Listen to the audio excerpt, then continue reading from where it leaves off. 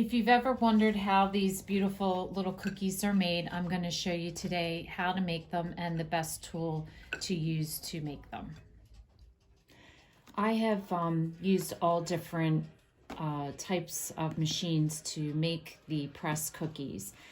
And I have to say the one that works the best, if you can find it, is called Super Shooter.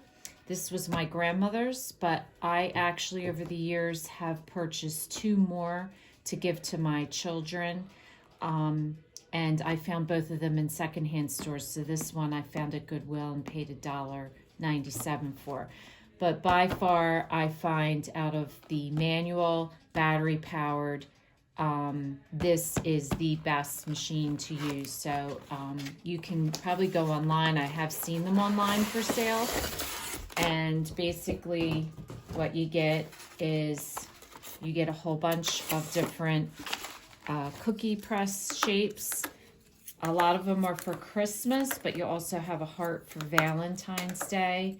You have one that could be a poinsettia or just a basic flower, but a lot of them are Christmas. You have a tree, you have a Christmas ornament, you have a reindeer, Santa, a star, a bell, and then I use this as like a poinsettia, and then you have a heart. And this one I've never used, but I'm sure you could use it for something.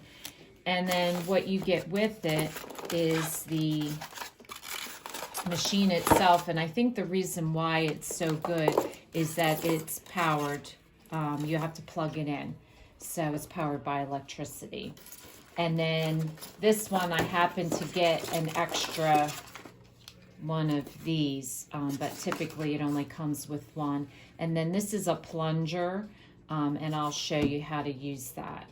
But that's basically what your package would come with.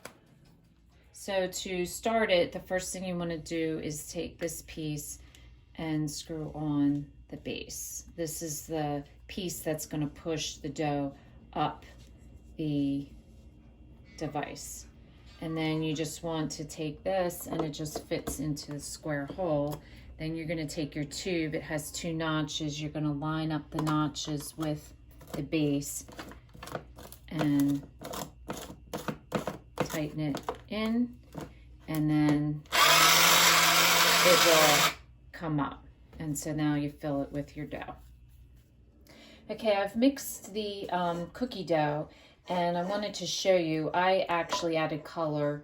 I add the regular food coloring to it. And you'll notice that my dough is really sticky. The key to using your gum press, any kind that you have, is you don't want your dough too sticky. If it's too sticky, it's not going to shape its cookies.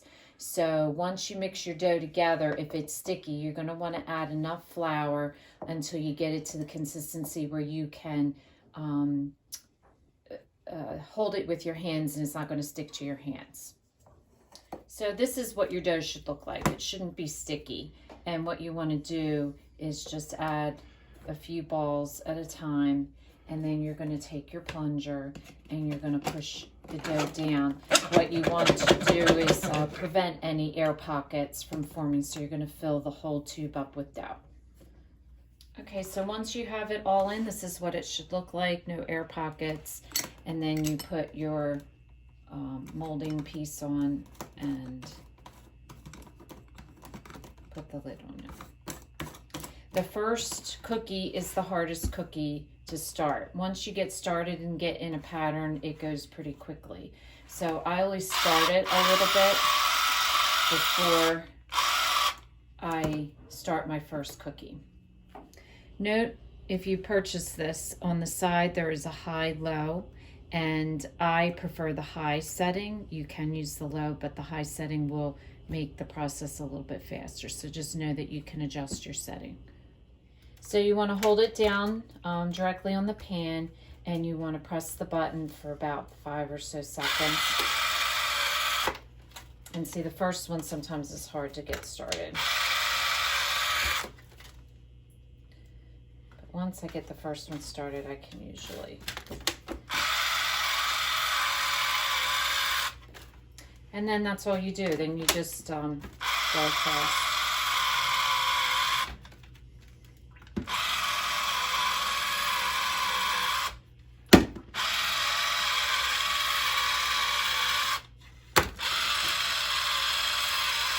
So once you get started, you see how quickly it is and how easy it is to do your cookies. So the key is having the right consistency of dough, and your flours should not stick to the machine. It should just come out really easily.